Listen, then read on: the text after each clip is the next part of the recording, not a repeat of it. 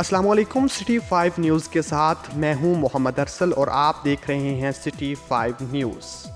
खबर शामिल करेंगे उकाड़ा से, जहां पर हमारे नुमाइंदा सजाद हसैन बोतला के मुताबिक नवाही गांव 21-2 बाईपास के करीब फायरिंग का वाक़या। फायरिंग के नतीजे में फुरकान नामी नौजवान शदीद ज़ख्मी। वाक़या ज़ाती दुश्मनी का लगता है, ज़राए का कहना है। ज़ख्मी नौजवान को तशवीशनाक हालत में DHQ अस्पताल उकाड़ा मुंतकिल कर दिया गया। के मुताबिक नवाही गांव 21-2 बाईपास के करीब फायरिंग का वाक़या।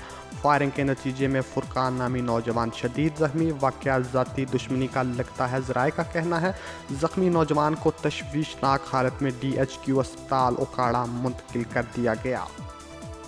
हालात हादसा की खबरों से जुड़े रहने के लिए हमारा पेज ज़रूर लाइक कीजिए। मोहम्मद अरसल को इजाज़त दीजिए। अल्लाह निगहबान।